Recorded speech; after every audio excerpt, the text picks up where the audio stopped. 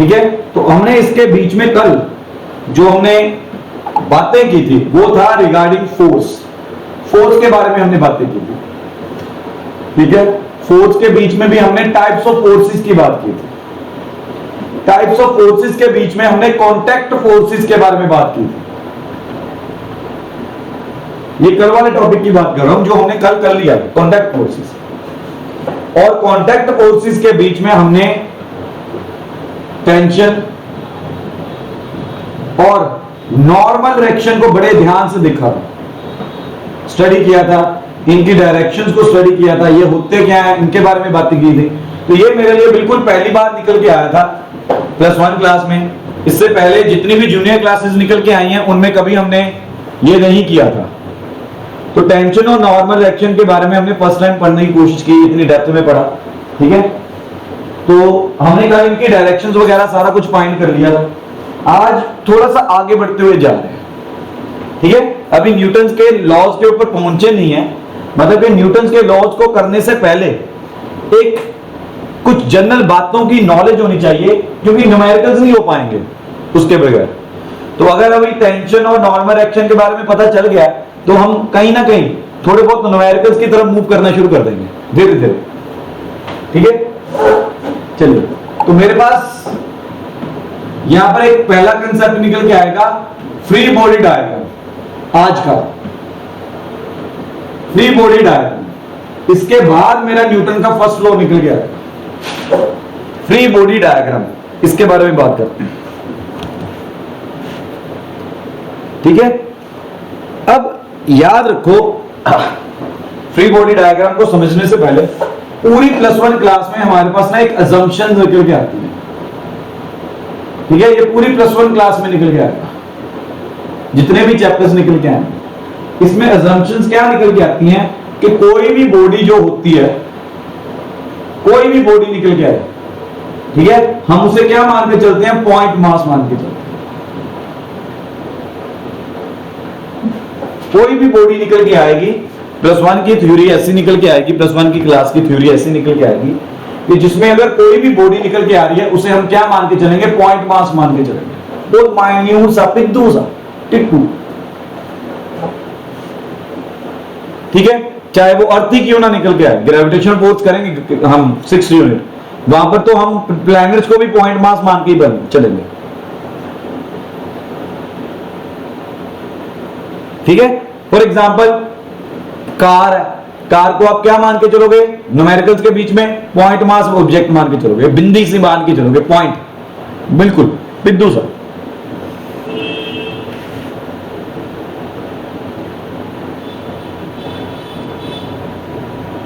ठीक है। आगे सेकंड पॉइंट, अब पॉइंट ऑब्जेक्ट तो मान लिया, पॉइंट मास ऑब्जेक्ट तो मान लिया, then we will show all forces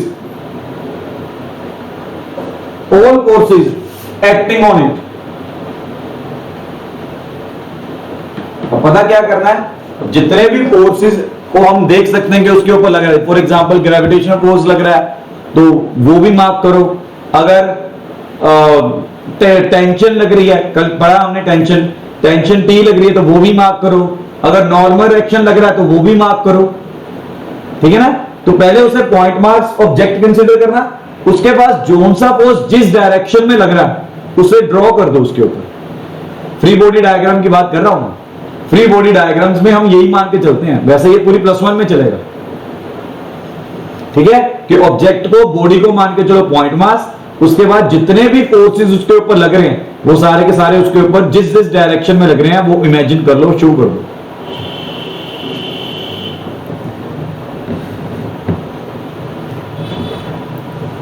ठीक है। Third, force. अब मेरा फोर्स डिपेंड करता है फ्रेम ऑफ रेफरेंस के ऊपर। फोर्स मेरे डिपेंड करता है फ्रेम ऑफ रेफरेंस के ऊपर, ठीक है। फ्रेम ऑफ रेफरेंस हमने थोड़ा सा पढ़ा काइनेमेटिक्स में, फ्रेम ऑफ रेफरेंस का मतलब था ऑब्जर्वर के ऊपर, ऑब्जर्वर। अब डिपेंड करता है कि ऑब्जर्वर के विद रिस्पेक्ट टू फोर्स कैसा निकल के आ रहा है। डिफरेंट ऑब्जर्वर्स के लिए एक ऑब्जेक्ट के ऊपर डिफरेंट फोर्सेस लग रहे हैं, सेम फोर्स कभी किसी के लिए नहीं लग रहा, ठीक है ना। डिपेंड करता है कि ऑब्जर्वर व्यू कहां से कर रहा फोर्स को, ठीक है। तो सेम बॉडी के ऊपर डिफरेंट डिफरेंट ऑब्जर्वर्स के लिए सेम बॉडी के ऊपर फोर्सेस क्या निकल के आ सकते हैं, डिफरेंट डिफरेंट निकल के आ सकते हैं, ठीक है। लेकिन याद रखिएगा +1 की फिजिक्स में 90% केसेस के अंदर 90% केसेस के अंदर ऑब्जर्वर मेरा ग्राउंड होता है, ऑब्जर्वर इज ऑन ग्राउंड। तो ये हमारे लिए अच्छी बात निकल के आएगी कि 90% केसेस में ऑब्जर्वर को ग्राउंड के ऊपर रखा जाता है, तो हमारे लिए वो अच्छी बात निकल के आती है, इजी हो जाता है हमारे लिए सॉल्व करना। 90% का मतलब ऑलमोस्ट सारी हो गई, ठीक है जी। तो मतलब फ्री बॉडी डायग्राम्स को समझने के लिए पहले ये 3 पॉइंट समझने बहुत जरूरी है कि बॉडी को पॉइंट मास मान के चलो, उसके बाद बॉडी के ऊपर जो जो फोर्सेस लग सकते हैं वो सारे के सारे शो करो, जो जिस डायरेक्शन में लग रहा है उसे शो कर दो। इसी तरह से फोर्स मेरा क्या निकल के आएगा, डिपेंड करेगा फ्रेम ऑफ रेफरेंस के ऊपर, और 90% केसेस में ऑब्जर्वर मतलब फ्रेम ऑफ रेफरेंस हमेशा ग्राउंड ही मान के चलते हैं, हमेशा ग्राउंड मान के चलते हैं, ठीक है। चलिए यहां पर बड़ी अच्छी बात करते हैं, एक एग्जांपल लेते हैं। फॉर एग्जांपल मेरे पास क्या निकल के आया है, ये ग्राउंड निकल के आया है। जब भी ऐसे शो कर दूंगा मतलब ये क्या निकल के आ रहा है, ग्राउंड या वॉल निकल के आ रहा है, ये ग्राउंड निकल के आ रहा है। ये ग्राउंड के ऊपर मैंने कोई ऑब्जेक्ट मान दिया, ये ग्राउंड के ऊपर मैंने कोई ऑब्जेक्ट मान दिया, ठीक है। और ऑब्जेक्ट का वेट मास निकल के आ रहा है m, ये ऑब्जेक्ट का मास निकल के आ रहा है m, ठीक है। अगर आपको देखना है ना तो कैसे करोगे, अपने हाथ के ऊपर कॉपी रख के देखो, आपको पता चलेगा कॉपी आपके ऊपर वेट डाल दिया, फिर फोर्स लगा रही है कोई, ठीक है। ग्राउंड की जगह क्या आ गया, आपका हैंड आ गया, तो आपको पता चलेगा कि कॉपी आपके हैंड के ऊपर फोर्स लगा रही है। करके देखो, अभी आपके हाथ में कॉपी है, करके देख लो, चाहे करके देख लो भैया, ठीक है। आपको खुद को पता चलेगा आपके हैंड के ऊपर, जैसे ही आपने कॉपी को हैंड के ऊपर रखा, इस तरह से रखा, फ्लैट हैंड के ऊपर रखा, तो आप कॉपी को रखते ही तो आपको पता चलेगा कॉपी आपके हैंड के ऊपर एक डाउनवर्ड डायरेक्शन में फोर्स लगा रही है, ठीक है। इसी तरह से कोई भी ऑब्जेक्ट लोगे, अगर वो ग्राउंड को टच कर रहा है तो वो उसके ऊपर एक फोर्स लगा रहा है डाउनवर्ड डायरेक्शन में, दैट इज mg। mg क्या होता है, वेट mg निकल के आता है, ये ग्रेविटेशनल फोर्स, ये क्या निकल के आएगा, ग्रेविटेशनल फोर्स। ये हमेशा डाउनवर्ड डायरेक्शन में ही निकल के आता है, ये हमेशा डाउनवर्ड डायरेक्शन में ही निकल के आएगा। कोई भी ऑब्जेक्ट उठा लो, एवरी टाइम ग्राउंड के साथ 90 डिग्री के एंगल। अब याद रख लो इस बात को, जब भी शो करना है ना, कोई भी बॉडी का मास शो करना है तो ग्राउंड के साथ 90 डिग्री के एंगल पे mg निकल के आएगा। यही mg के कारण आपकी बॉडी के ऊपर, हैंड के ऊपर फोर्स लग रहा था, यही mg के कारण। अब अगर mg डाउनवर्ड फोर्स लग रहा है तो according to Newton's third law, कल हमने वैसे भी पढ़ा ही है, ठीक है, नॉर्मल डायरेक्शन, तो इसके ऊपर क्या निकल के आएगी, एक नॉर्मल डायरेक्शन निकल के आएगी इस डायरेक्शन में, जो सरफेस के साथ 90 डिग्री का एंगल, जो सरफेस के साथ 90 डिग्री का एंगल, नॉर्मल डायरेक्शन कल हमने पढ़ा ही है, ठीक है। जब आप सीधे भी खड़े हुए हैं ना तो ग्राउंड के ऊपर, फ्लोर के ऊपर आप फोर्स लगा रहे हो, ग्राउंड के ऊपर या फ्लोर के ऊपर आप फोर्स लगा रहे हो, ठीक है। उस फोर्स का रिजल्ट क्या निकल के आएगा, अपवर्ड डायरेक्शन में नॉर्मल डायरेक्शन निकल के आएगा। अब नॉर्मल डायरेक्शन को n के साथ भी रिप्रेजेंट कर सकते हैं, r के साथ भी। कुछ बुक्स में n के साथ रिप्रेजेंट करते हैं, कुछ बुक्स में r के साथ रिप्रेजेंट करते हैं, कुछ बुक्स में n के साथ रिप्रेजेंट करते हैं, कुछ बुक्स में r के साथ रिप्रेजेंट करते हैं, ठीक है। तो इसका हम क्या करने वाले हैं, अब फ्री बॉडी डायग्राम इसका ड्रॉ करते हैं,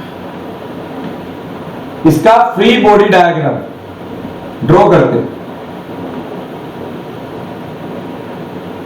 ठीक है, FBD, FBD बोल देते हैं। तो इसका फ्री बॉडी डायग्राम मेरे पास कैसे निकल के आ रहा है वो शो करते हैं। ठीक है, ध्यान से देखिएगा। ठीक है, तो मैंने क्या किया, ऑब्जेक्ट को मान लिया पॉइंट मास, ये मेरा ऑब्जेक्ट निकल के आ गया पॉइंट मास m। अब ये ऑब्जेक्ट के ऊपर अपवर्ड डायरेक्शन में एक फोर्स निकल के आ रहा है, अपवर्ड डायरेक्शन में एक फोर्स निकल के आ रहा है, दैट इज नॉर्मल, और डाउनवर्ड डायरेक्शन में एक फोर्स निकल के आ रहा है, दैट इज mg। बस इसे बोलते हैं FBD, फ्री बॉडी डायग्राम। इसे बोलते हैं फ्री बॉडी डायग्राम। मतलब ये वाली फिगर का मेरा फ्री बॉडी डायग्राम ये निकल के आ रहा है। जितने भी, पहले तो मास को क्या माना, पॉइंट ऑब्जेक्ट, पॉइंट बना दिया मास को, उसके बाद जितने भी फोर्सेस उसके ऊपर निकल के आ रहे हैं, मैंने सारे के सारे फोर्सेस को क्या कर दिया, डिस्प्ले कर दिया। इसमें इसके ज्यादा तो कोई फोर्स आएगा ही नहीं। नॉर्मल रिएक्शन तो भाई निकल के आएगा ही आएगा। तो every action there is opposite and equal reaction. तो अगर mg डाउनवर्ड जा रहा है तो उसका नॉर्मल रिएक्शन अपवर्ड रिएक्शन में निकलेगा। मतलब अगर बॉडी ग्राउंड के ऊपर फोर्स लगा रही है mg, तो ग्राउंड भी बॉडी के ऊपर फोर्स लगाएगा, that is normal reaction r। mg क्या है कि बॉडी ने ग्राउंड के ऊपर फोर्स लगाया। तो ये मेरा वन ऑफ द सिंपलेस्ट, जब कोई बॉडी रेस्ट पे है, one of the simplest free body diagram निकल के आ गया। ठीक है, इसी तरह से कोई इंक्लाइंड प्लेन उठा लेते हैं। ये मैंने इंक्लाइंड प्लेन उठा लिया थीटा डिग्री के एंगल पर। ठीक है, थीटा डिग्री के एंगल पर मेरे पास एक इंक्लाइंड प्लेन निकल के आ रहा है।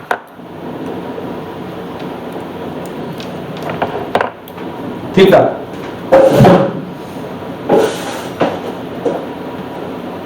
तो यहां पर मैंने मास मान लिया m। ये अब ये मेरा ग्राउंड निकल के आया, ये ग्राउंड है, ये इंक्लाइंड सरफेस आ रहा है, इंक्लाइंड सरफेस इस तरह से। तो मैंने क्या बताया था आपको, मैंने एक ही बात बताई थी कि वेट mg हमेशा ग्राउंड के साथ 90 डिग्री के एंगल पर रहेगा। वेट mg हमेशा ग्राउंड के साथ 90 डिग्री के एंगल पर रहेगा। ठीक है, हमने उसी डायरेक्शन में बना दिया, ग्राउंड के साथ 90 डिग्री के एंगल पर। इसी तरह से मैंने बोला था नॉर्मल रिएक्शन, नॉर्मल रिएक्शन हमेशा सरफेस के साथ 90 डिग्री का एंगल बनाएगा। ठीक है, तो मेरा नॉर्मल रिएक्शन कहां पे निकल गया है, इस डायरेक्शन में निकल गया, इस तरह से। अब ये वाला नॉर्मल रिएक्शन जो मैं बना रहा हूं, इसका मतलब ये निकल के आ रहा है surface is applying a force on body. इसकी डायरेक्शन अपवर्ड निकल के आ रही है ना, तो इसका मतलब यह निकल के आ रहा है कि जो सरफेस है ना, सरफेस ने बॉडी के ऊपर फोर्स लगाया, ये निकल के आ रहा है इस तरह से। अब इसका FBD बनाते हैं, FBD फ्री बॉडी डायग्राम इसका। तो फ्री बॉडी डायग्राम के लिए क्या करूंगा, पहले तो पॉइंट मास मान लिया, ये m, ये मेरा पॉइंट मास आ गया। तो ये m मेरा, ये क्या जा रहा है डाउनवर्ड, mg। तो दूसरा ये क्या निकल गया है, n। बस ये मेरा आंसर निकल गया, ये मेरा फ्री बॉडी डायग्राम निकल के आ गया। This is my free body diagram. Easy है ना।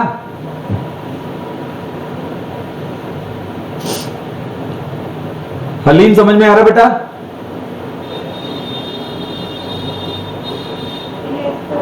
हलीम आज कोई नेट की प्रॉब्लम चल रही थी? सर नेटवर्क स्लो था, बीच में हमेशा क्लास कर चलती, कॉल लेट ज्वाइन हो रहा था। Okay okay okay. इशिता मेरी बच्ची समझ में आ रहा है? Yes sir. ओके, चलिए मेडिकल स्टूडेंट्स जो भी हैं, तान्या, जसलीन, हाँ जी sir. Okay, yes sir. Very good very good. चलिए इस तरह से एक और एग्जांपल लेते हैं और क्लियर हो जाए। पुली लेके आते हैं, पुली पुली पुली पुली पुली पुली। तो ये मेरा वॉल निकल के आ गई, ये मेरी एक स्ट्रिंग निकल के आ गई, ये यहां पर पुली निकल के आ गई। ये अब कल वाला स्ट्रिंग टेंशन वाला कंसेप्ट एक बार देख लो, टेंशन वाला कंसेप्ट देख लो, मैंने टेंशन की डायरेक्शन कैसे बताई थी कल। तो वहां पर अब यहां पर अगर स्ट्रिंग्स आ गई हैं, ठीक है, अगर ये स्ट्रिंग है, ये भी अगर स्ट्रिंग है,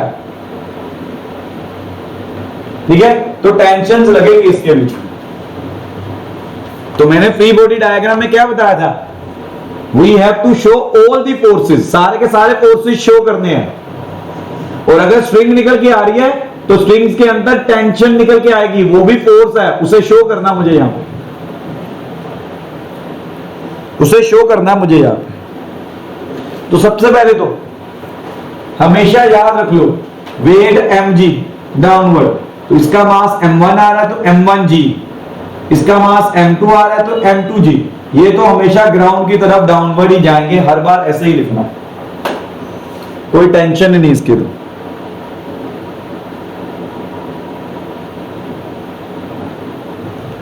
ठीक है, अब यहां पर एक कंडीशन नोट कर लो, if pulley is massless and frictionless, ठीक है, तो याद रखिएगा जो ये स्ट्रिंग निकल के आ रही है ना, ये वाली स्ट्रिंग, इसमें टेंशन क्या होगी, same. Then tension in the string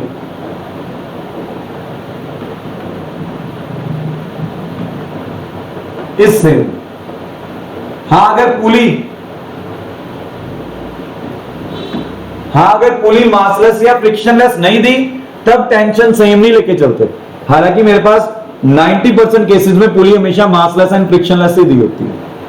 बहुत रेयर होता है जेई मेंस का कोई कंपटीशन निकल के आ गया, कोई क्वेश्चन निकल के आ गया, नीट का कंपटीशन का क्वेश्चन निकल गया जिसमें पुली जो है मेरी फ्रिक्शनलेस या मासलेस ना दी हो। वैसे पुली हमेशा फ्रिक्शनलेस एंड मासलेस दी होती है।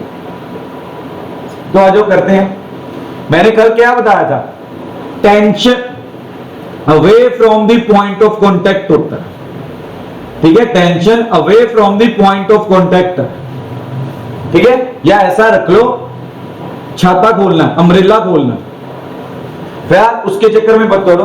तो यहां पर मेरा पहला टेंशन निकल के आ रहा है ये इस डायरेक्शन में, तो इसे मैंने मान लिया टी, अपवर्ड डायरेक्शन।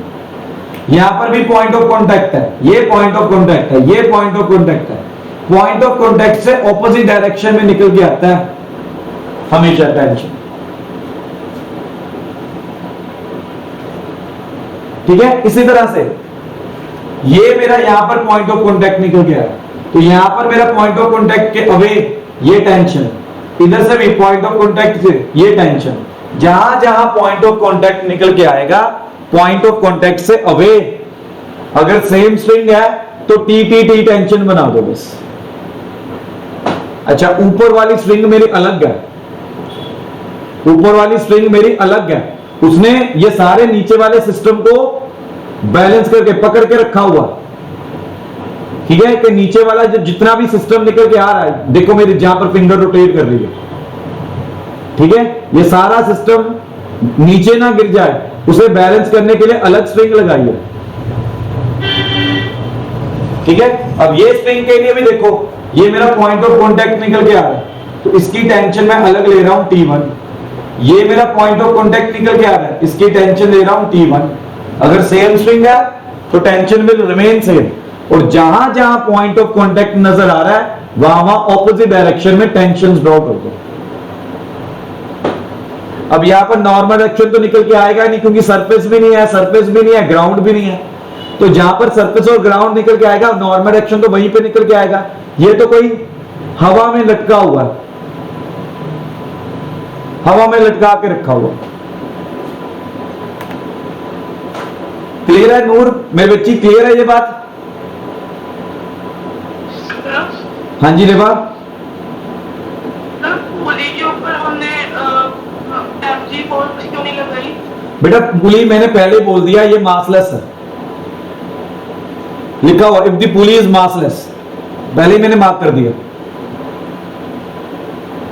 जिस चीज का मास ही नहीं है तो बेटा उसके ऊपर mg कैसे लग जाएगा? ठीक है रेवा? Yes sir.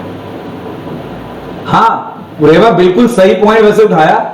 अगर कहीं पुली का मास होता तब उसका डाउनवर्ड डायरेक्शन में मैंने लिखना था वेट। ठीक है, बिल्कुल सही सोच रहे हो, बहुत अच्छा सोच रहे हो कि if the pulley is not massless तब उसका वेट डाउनवर्ड डायरेक्शन में मेरी बच्ची आना ही आना था। अच्छा, अब यहां पर तो चलो मैंने पहले ही मान लिया था मासलेस है। अब अगर इसका फ्री बॉडी डायग्राम बनाता हूं, अगर इसका फ्री बॉडी डायग्राम इसके साथ मैं बनाता हूं तो वो कैसा निकल के आएगा उसकी बात करते हैं। ठीक है, अब याद रखियो इस बात को, क्लियर कर लो, हर बॉडी के लिए डिफरेंट फ्री बॉडी डायग्राम बनाना है। अब यहां पर मेरे पास दो बॉडीज नजर आ रही है M1 एंड M2, दोनों का फ्री बॉडी डायग्राम अलग अलग बनेगा। याद रख लो फॉर एवरी बॉडी, ठीक है, free body diagram is different for different bodies. Free body diagram is different for different bodies, ये बात याद रख लो। ठीक है, तो फ्री बॉडी डायग्राम मैंने पहले M1 के लिए बनाया, ये M1 के लिए। ठीक है, तो M1 के ऊपर मैं क्या क्या देख रहा हूं? मैं M1 के ऊपर दो फोर्सेस देख रहा हूं, एक अपवर्ड डायरेक्शन में T, एक डाउनवर्ड डायरेक्शन में mg, M1g। बस ये मेरा फ्री बॉडी डायग्राम किसका निकल के आया? M1 का निकल के आया। बस इतना सा फ्री बॉडी डायग्राम है। M1 के ऊपर तो दो ही फोर्सेस लग रहे हैं, M1g डाउनवर्ड डायरेक्शन में और T अपवर्ड डायरेक्शन, खत्म बात। ऊपर वाला T नहीं लग रहा उसके ऊपर।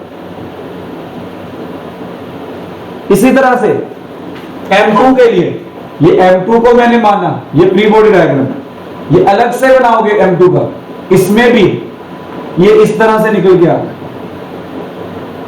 ये M2 के लिए आ गया।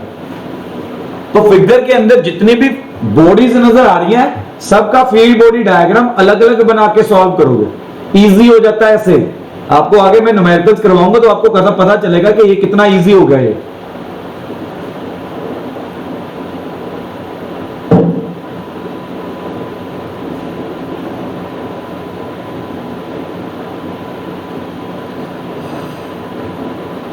चलिए मैं आगे बढ़ रहा हूं, देखते हैं आगे फिर।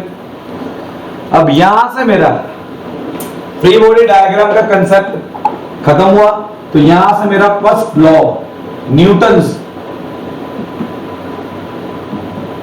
फर्स्ट लॉ शुरू हो गया। अब मैं न्यूटन्स के फर्स्ट लॉ की तरफ मूव कर गया। अब न्यूटन बेटा ऊपर वाली बॉडी का तो मास ही नहीं है, तो फ्री बॉडी डायग्राम क्या निकलेगा उसका?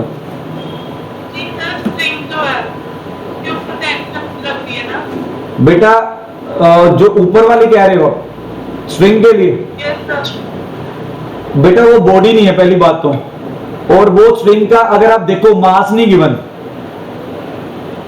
ठीक है, कल आपको अगर याद हो मैंने कल आपको एक बात बताई थी, हम 90% केसेस में स्ट्रिंग मासलेस मान के चलते हैं। ठीक है, जो ऊपर वाली ब्लू कलर की स्ट्रिंग निकल के आ रही है ना, बाकी बच्चे देखो ध्यान दो। ठीक है बेटा, उसका मास नहीं गिवन, दैट इज मासलेस। अगर मासलेस है तो डाउन, अच्छा इसका फ्री बॉडी डायग्राम अगर बनाते भी तो कैसे बनेगा? ठीक है, इसका फ्री बॉडी डायग्राम सपोज करो ये स्ट्रिंग है, डाउनवर्ड डायरेक्शन में एक T1 आई, अपवर्ड डायरेक्शन में T1 आई। ठीक है, तो क्या होगा, ये एक दूसरे को कैंसिल कर देंगे, कैंसिल करके नेट रिजल्ट क्या निकल के आ रहा है? नेट फोर्स 0 निकल के आ रहा है, खत्म बात। ठीक है रेवा, अगर आप कहीं ना कहीं इसका फ्री बॉडी डायग्राम बनाते भी हो तो स्ट्रिंग तो मेरी मासलेस है। ठीक है, तो इसके ऊपर जितने भी फोर्सेस निकल के आ रहे हैं, एक T1 आ रहा है डाउनवर्ड डायरेक्शन में, एक T1 अपवर्ड डायरेक्शन में, तो ऑपोजिट डायरेक्शन में कैंसिल आउट करके मेरा नेट रिजल्ट क्या देंगे? 0। नेट फोर्स क्या देने वाले हैं? 0। ठीक है रेवा, क्लियर हुई बात? Yes sir. ठीक है, वेरी गुड। अरे अच्छा लगता है जब क्वेश्चनिंग करते हो, पता तो चलता है ना सुन रहे हो। अच्छा, न्यूटन फर्स्ट लॉ याद है? इसके बारे में क्या बातें होती थी? न्यूटन फर्स्ट लॉ क्या कहता था? अब न्यूटन की भी बड़ी याद, बड़ी बातें निकल के आती हैं। खुद आराम कर रहा था पेड़ के नीचे, ऊपर से कुछ गिरा और उसने हमारी नींदें हराम कर दी। तो उसने ये सोचना शुरू कर दिया कि यार ऊपर से नीचे ही क्यों गिरती है चीज सोते सोते। और जब उसने ये सोचना शुरू किया तो सोचते सोचते उसने एक लॉज दे दिया हमारे सामने, और उसके बाद हमारी नींदें हराम हो गई। आज तक हम जाग रहे हैं इन्हें पढ़ने के लिए। चलिए जोक्स अपार्ट, इससे आगे बढ़ते हुए जा रहे। अब न्यूटन का फर्स्ट लॉ अगर आपको याद हो तो क्या कहता था वो? न्यूटन का फर्स्ट लॉ कहता था अगर फोर्स जीरो आ रहा है, न्यूटन का फर्स्ट लॉ कहता है if there is no force, ठीक है, यहां पर नाम दे देते हैं देयर इज नो फोर्स, साथ साथ मैथमेटिकल एक्सप्रेशन दे रहे हैं, देयर इज नो फोर्स। अगर फोर्स नहीं है तो मतलब F इज इक्वल टू क्या निकल के आएगा? जीरो। F इज इक्वल टू क्या निकल के आ जाएगा? जीरो। Then body at rest will remain at rest.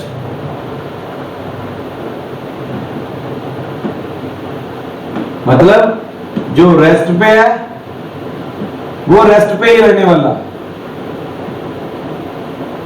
And body in motion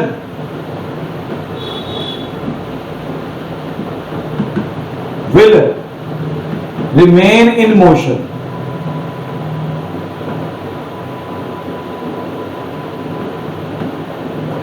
ठीक है, मतलब जो मोशन में है वो मोशन में ही रहेगा।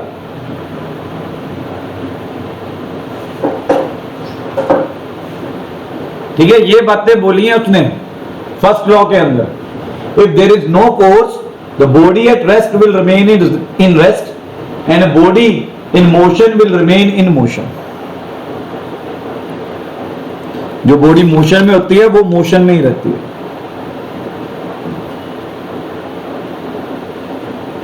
ठीक है यार, अगर ध्यान दो इस बात पे, अगर फोर्स मेरा जीरो निकल के आ जाए, इसका मतलब क्या निकल गया था? Implies there is no acceleration. Kinematics ने इतना तो समझा ही दिया था। एक्सेलरेशन क्या निकल के आती है? जीरो निकल के आती है। अगर फोर्स जीरो निकल के आता है तो एक्सेलरेशन बॉडी की क्या निकल के आती है? जीरो। कैसे पता चला मुझे? अब खुद देखो ना, रेस्ट पे है तो रेस्ट पे रहेगी, मोशन में है तो मोशन में रहेगी। मतलब यूनिफॉर्म मोशन होना चाहिए, यूनिफॉर्म मोशन। और अगर मुझे रेस्ट में, तो पता ही है रेस्ट में क्या होता है, रेस्ट में वेलोसिटी जीरो है, वेलोसिटी जीरो है तो एक्सेलरेशन भी जीरो होती है। ये मैं पीछे पढ़ के आया हूं काइनेमेटिक्स में। और यूनिफॉर्म मोशन में, यूनिफॉर्म मोशन का क्या निकल के आएगा? यूनिफॉर्म मोशन में वेलोसिटी कांस्टेंट होती है। अगर वेलोसिटी कांस्टेंट होती है तब भी तो एक्सेलरेशन जीरो ही होती है। तो मतलब इक्विलिब्रियम, सॉरी, फर्स्ट लॉ में वो ये वाली बातों की तरफ लेके जा रहा है हमें कि एक्सेलरेशन हर बॉडी की क्या निकल के आएगी? जीरो निकल के आएगी। अगर फोर्स क्या होगा? जीरो होगा। अगर फोर्स क्या होगा? जीरो होगा। तो एक्सेलरेशन क्या निकल के आती है? जीरो निकल के आती है। तो वो क्या कहता है? If there is no force body at rest will remain at rest and body in uniform motion will remain in uniform motion. तो यूनिफॉर्म मोशन के अंदर वेलोसिटी क्या होती है? कांस्टेंट। तो ये मेरा फर्स्ट लॉ ऐसे बोल के चल रहा है।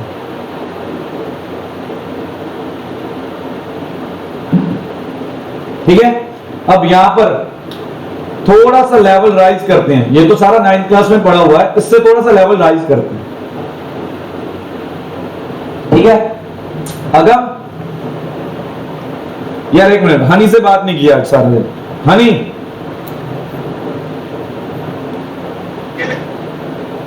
हनी आप बोलना, दोबारा बोलना, आवाज आ रही है आपकी, देखें।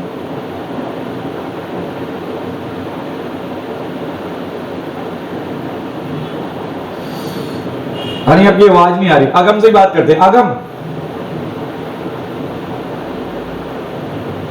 हाँ जी सर। हाँ जी अगम, ध्यान से सुनिएगा, हमारी कन्वर्सेशन को बड़े ध्यान से सुनिएगा सभी। अगम, अभी राइट नाउ कहां पे बैठे हुए हो? सर सोफे पे। सोफे पे, ठीक है। तो अगम सोफे पे ऊपर बैठा हुआ है। इमेजिन करके देखो कि एक बंदा सोफे के ऊपर बैठा हुआ है, ठीक है। जब बंदा कोई सोफे के ऊपर बैठता है तो सोफा अगर सॉफ्ट हो ना तो थोड़ा सा अंदर की तरफ धंस जाएगा। तो इट मींस अगम की बॉडी ने डाउनवर्ड डायरेक्शन में, अगम की बॉडी ने डाउनवर्ड डायरेक्शन में कोई ना कोई एक फोर्स लगाया, लेकिन थोड़ा सा सोफा नीचे हुआ, उसके बाद वो रुक गया। अगम अभी भी सोफे पे बैठा हुआ ना? हाँ जी सर। पिछले आधे घंटे से सोफे पे रही है? हाँ जी सर। नीचे तो नहीं गिरा जमीन पे? नहीं सर। इट मींस, अब ध्यान से देखना, ठीक है। अगम सोफे पे बैठा हुआ था, ठीक है। ये मेरा सोफा निकल के आया, और मैं फ्री बॉडी डायग्राम बना रहा हूं। ये जो पॉइंट मास निकल के आ रहा है ये अगम है। अगम ने डाउनवर्ड डायरेक्शन में क्या लगाया? एक फोर्स लगाया mg, ठीक है। फोर्स लगाया डाउनवर्ड डायरेक्शन में mg, बट अगम नीचे नहीं गिरा, फर्श के ऊपर या कह लो ग्राउंड के ऊपर आके नहीं गिरा अगम।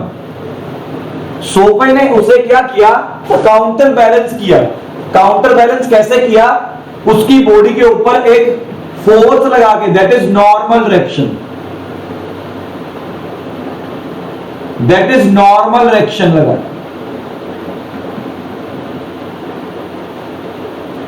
ठीक है।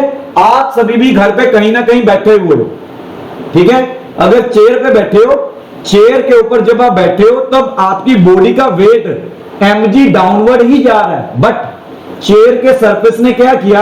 आप जब आप चेयर के ऊपर बैठे, वेट mg डाउनवर्ड जा रहा है, तो मतलब वो आपने चेयर के ऊपर फोर्स लगाया। चेयर ने according to Newton first law आपके ऊपर एक अपवर्ड डायरेक्शन में फोर्स लगा दिया। हालांकि न्यूटन का थर्ड लॉ अभी पढ़ना है, लेकिन समझना है, यहां पर एक कंसेप्ट समझना है। अच्छा, तो यहां पर अगम सोफे पे बैठा हुआ, रेस्ट पे है ना? अगम रेस्ट पे बैठा हुआ है, हिलडुल तो नहीं रहा, ठीक है। आप सभी भी, कोई सोफे पे बैठा होगा, कोई चेयर पे बैठा होगा, कोई बेड पे बैठा हुआ घर पे, ठीक है। ऑनलाइन क्लास चल रही है तो घर में ऐसे बैठोगे। तो अगर आप रेस्ट में बैठे हुए हो, आप जिस सरफेस के ऊपर बैठे हो वहां पर आप रेस्ट में हो, आप गिर नहीं रहे, डाउनवर्ड डायरेक्शन में भी नहीं जा रहे, अपवर्ड डायरेक्शन में भी नहीं जा रहे। It means this is a state of, इसे क्या बोलते हैं फिजिक्स में? State of equilibrium. इसे क्या बोलते हैं? स्टेट ऑफ इक्विलिब्रियम, जिसमें फोर्सेस बॉडी के ऊपर लग रहे हैं, बट जो नेट फोर्स निकल के आ रहा है वो क्या निकल के आ जाए? जीरो निकल के आ। बॉडी के ऊपर, अगम की बॉडी के ऊपर वेट mg डाउनवर्ड जा रहा है, नॉर्मल फोर्स n ऊपर जा रहा है, तो दो फोर्सेस तो लग ही रहे हैं ना, लेकिन ये दोनों फोर्सेस आपस में क्या है? इक्विलिब्रियम में है, जिसके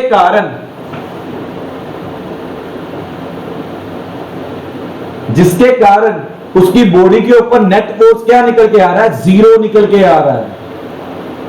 समझो इस बात को, ऑब्जर्व, ध्यान लगाओ, फील करो इस बात को।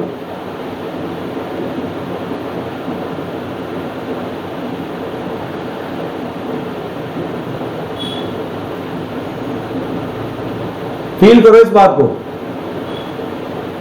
मैं दोबारा रिपीट करूंगा, थोड़ा सा देख लो।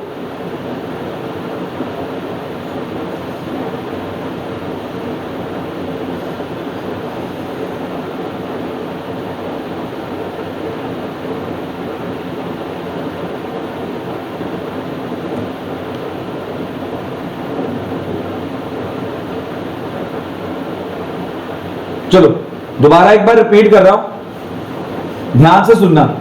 मैंने क्या बोला यहां पे कि अगम की बॉडी के ऊपर फोर्सेस लग रहे हैं यहां पे, पर स्टिल, ठीक है, अगर अगम को कोई बंदा साथ में ऑब्जर्व कर रहा है, ठीक है, कोई बंदा उसे अगम को देख रहा है, साथ में बैठा हुआ देख रहा है, तो उसके लिए अगम क्या निकल के आ रहा है? रेस्ट पे निकल के आ रहा है।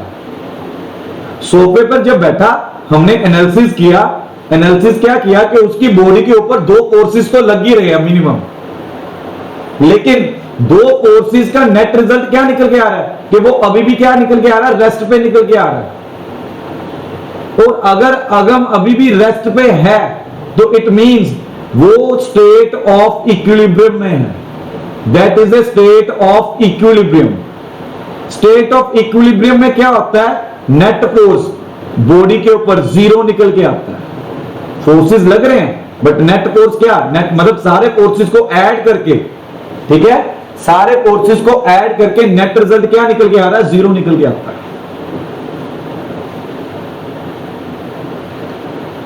ठीक है, तो मेरे पास यहां पर क्या निकल के आ रहा है? Net force equal to zero, मतलब F1 plus F2 plus F3 सारे फोर्सेस जितने भी लग रहे हैं सारे ऐड करोगे तो वो क्या निकल के आएगा? जीरो। अच्छा, अगर नेट फोर्स जीरो निकल के आ रहा है तो एक्सेलरेशन भी क्या निकल के आएगी? जीरो निकल के आएगी। ये न्यूटन के फर्स्ट लॉ ने बोला, हमने पीछे ही देखा, ठीक है। If there is no force there acceleration क्या निकल के आती है? जीरो निकल के आती है। तो अगर नेट फोर्स भी जीरो निकल के आएगी तो एक्सेलरेशन क्या निकल के आएगी? जीरो निकल के आएगी। ठीक है, अपनी सराउंडिंग में देखो, हमने वॉल के ऊपर एक क्लॉक लगाई हुई है, ठीक है, क्लॉक के ऊपर भी क्लॉक रेस्ट में है, नीचे नहीं कर रही, ना ही अपवर्ड डायरेक्शन में जा रही है। इट मींस वो क्लॉक की क्या आ रही है? स्टेट ऑफ इक्विलिब्रियम आ रही है। मींस क्लॉक के ऊपर डाउनवर्ड डायरेक्शन में एक फोर्स लग रहा है, लेकिन उसे कहीं ना कहीं काउंटर बैलेंस किया हुआ, ठीक है। क्लॉक के यार वेट mg तो हमेशा डाउनवर्ड ही जाना, लेकिन आप क्या देख रहे हो? इतने दिनों से, इतने सालों से वो घड़ी वॉल के ऊपर ही खड़ी है, रेस्ट पे, नीचे नहीं गिर रही। इट मींस कुछ ना कुछ तो अपवर्ड डायरेक्शन में कोई फोर्स लग ही रहा है ना उसमें, क्योंकि वेट तो mg डाउनवर्ड जाएगा, उसे काउंटर बैलेंस करने के लिए अपवर्ड डायरेक्शन में कुछ ना कुछ तो फोर्स निकल के आएगा। मींस जो चीजें आपको आसपास रेस्ट में नजर आ रही हैं उनका वेट mg तो डाउनवर्ड जा रहा है, लेकिन स्टिल वो रेस्ट में है, तो इसका मतलब ये निकल के आ रहा है अपवर्ड डायरेक्शन में कुछ ना कुछ फोर्स लग रहा है। वो अपवर्ड डायरेक्शन वाले फोर्स को हम क्या कह सकते हैं? Normal direction. अगर मैं न्यूटन का थर्ड लॉ ना भी यूज करूं तब भी ऐसे बोल सकता हूं।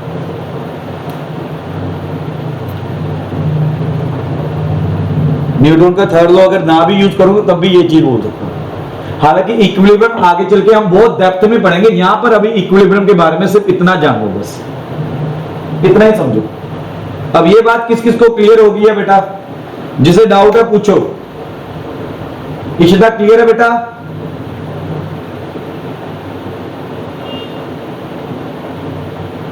क्लियर है ये बात सभी को? तान्या क्लियर है?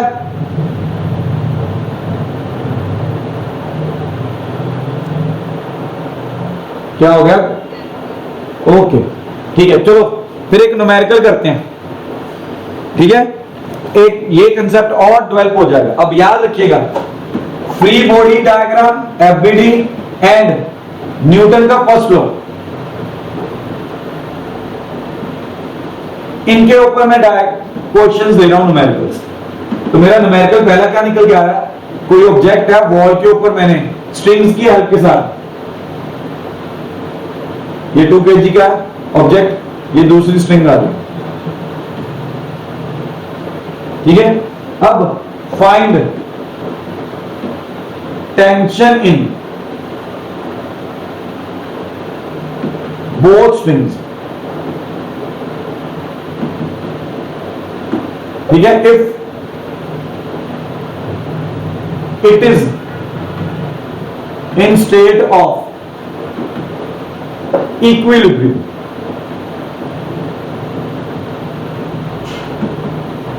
ठीक है। पीछे देखो इक्विलिब्रियम को, यहां पर अगर इक्विलिब्रियम था तो क्या निकल के आएगा? mg इज इक्वल टू क्या आ रहा है? n आ रहा है।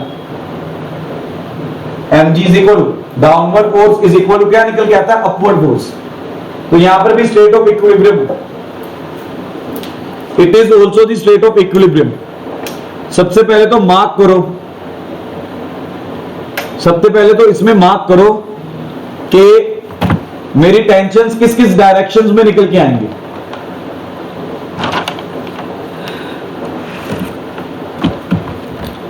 जसलीन मार्क कर सकते हो टेंशन्स, टेंशन्स मार्क कर सकते हो। चलो बताओ फिर, सभी अपनी कॉपी के ऊपर टेंशन मार्क करो जरा, और मुझे बताओगे क्या क्या टेंशन निकल के आ रही है।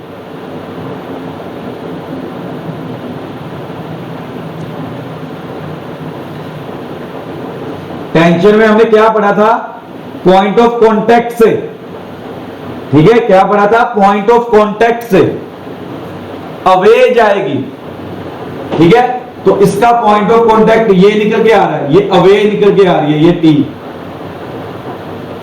ये इसका पॉइंट ऑफ कांटेक्ट निकल के आ रहा है। तो ये स्ट्रिंग अलग है, स्ट्रिंग के अंदर टेंशन T1 मान ली, ये पॉइंट ऑफ कांटेक्ट है तो डाउनवर्ड ये T1, स्ट्रिंग अलग अलग है तो टेंशन अलग अलग।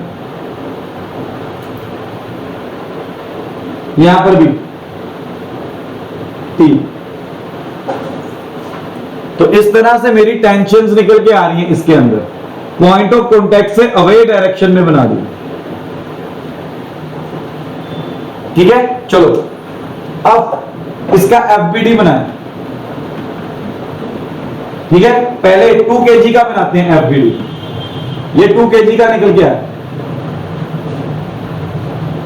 अब 2 kg में मैं क्या देख रहा हूं, एक तो वेट mg डाउनवर्ड आ रहा है, ठीक है, m की वैल्यू पुट कर देते हैं, 2 आ रही है, m की वैल्यू यहां पर क्या निकल के आ रही है, 2। ये g आ रहा है ग्रेविटेशनल एक्सेलरेशन, दैट इज 10, ठीक है, स्मॉल g होता है ग्रेविटेशनल एक्सेलरेशन। तो एक तो वेट आ रहा है mg डाउनवर्ड, m की वैल्यू 2 पुट कर दी, g की वैल्यू आगे न्यूमेरिकल में पुट करूंगा 10। अच्छा, और मैं क्या देख रहा हूं, यहां पर एक T1 ये भी डाउनवर्ड आ रहा है, तो यहां पर प्लॉट कर दिया इसे साथ में T1, ये मैंने फोर्सेस प्लॉट कर दिए। एक अपवर्ड डायरेक्शन में फोर्स जा रहा है, ये दैट इज T। ये मेरा फ्री बॉडी डायग्राम 2 kg के लिए निकल के आया। अब 2 kg के लिए मेरे पास क्या क्या फोर्सेस आ रहे हैं, अपवर्ड डायरेक्शन में T फोर्स, डाउनवर्ड डायरेक्शन में 2 फोर्सेस आ गए, 2G and T1, 2G and T1। इसी तरह से 3 kg के लिए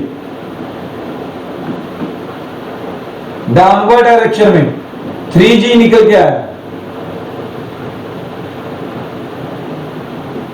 ठीक है। और अपवर्ड डायरेक्शन में मैं क्या देख रहा हूं, एक फोर्स आ रहा है, दैट इज T1। बस बात खत्म। दोनों को अलग अलग, मैंने पहले बोला था फ्री बॉडी डायग्राम अलग अलग बॉडीज के लिए अलग अलग बनाओगे, तो बॉडी के ऊपर जितने भी फोर्सेस आ रहे हैं अपवर्ड डायरेक्शन में, डाउनवर्ड डायरेक्शन में, लेफ्ट साइड से, राइट साइड से, सारे बना दोगे। तो यहां पर तो अपवर्ड और डाउनवर्ड ही आ रहे हैं, मैंने ड्रॉ कर दिए। ये दोनों बॉडीज का फ्री बॉडी डायग्राम निकल गया है। तो मेरा सॉल्यूशन यहां से शुरू होता हुआ, ये पहले फिगर आएगी, फिर ये बनाओगे। क्लियर हो रहा है? फ्री बॉडी डायग्राम्स क्लियर है? मनमीन क्लियर है? Yes, sir. कृष्णा,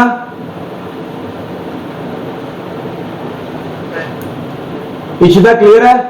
इशिता चलेगी, क्या हो गया उसे?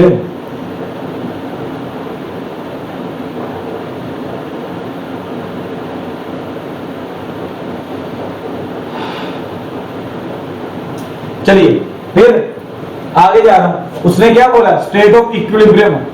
अगर ये स्टेट ऑफ इक्विलिब्रियम है तो मींस अकॉर्डिंग टू क्वेश्चन, अगर ये स्टेट ऑफ इक्विलिब्रियम है तो upward forces and downward forces आपस में क्या होनी चाहिए, इक्वल। तो मतलब पहली फिगर के accordingly T is equal to T1 plus 2G, ये इक्वेशन नंबर 1 आ गई। इसके का इसमें T1 is equal to 3G, यहां पर T1 is equal to 3 into 10 लगाया तो T1 मेरा निकल के आ गया 30 न्यूटन, ये मेरा दूसरा निकल के आ गया। Put this value in 1।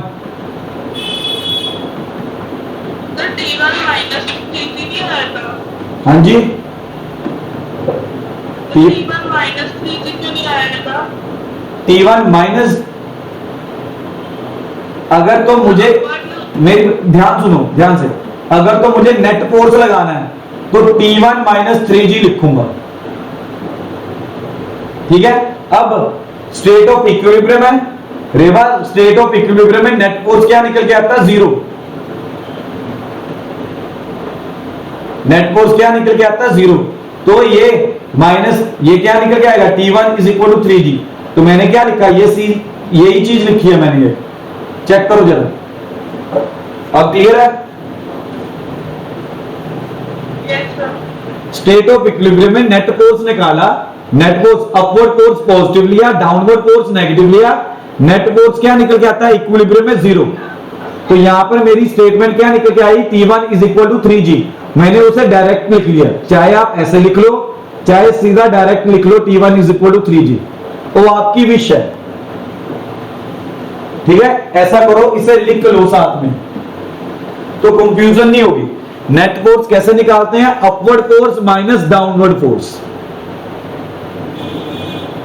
ठीक है। और अगर नेट फोर्स इक्वल टू 0 निकल के आता है तो upward force and downward force आपस में क्या होते हैं? इक्वल में होते हैं, इक्वल। अच्छा, T1 की वैल्यू मैंने पुट कर दी इक्वेशन नंबर 1 में, तो क्या निकल के आएगा? T is equal to 30 plus 2 into 10 that is 30 plus 20 that is 50 newton निकल गया। T1 30 न्यूटन निकल के आया, T निकल के आया 50 न्यूटन, T निकल के आया 50 न्यूटन। समझ में आई बात?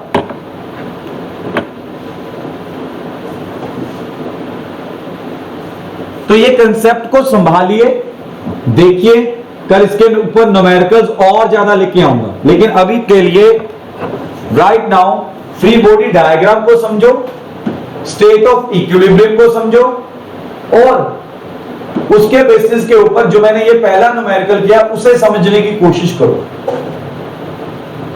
कल हम इसकी प्रैक्टिस के साथ कुछ और न्यूमेरिकल्स लेके आएंगे, ठीक है। इसकी प्रैक्टिस में कुछ और न्यूमेरिकल्स निकल के आएंगे और कंसेप्ट डेवलप होता जाएगा हमें, ठीक है जी। और अगर कोई डाउट हो चेक करके रखिएगा, अगर कोई प्रॉब्लम निकल के आ रही है या कोई डाउट निकल के आ रहा है तो पूछिएगा मुझसे, जितना भी आज करवाया मैंने, ठीक है। फर्स्ट टाइम कर रहे हैं, थोड़ा टाइम लगेगा आपको अंडरस्टैंड करने में, बस मैं बस इतना सोचता हूं।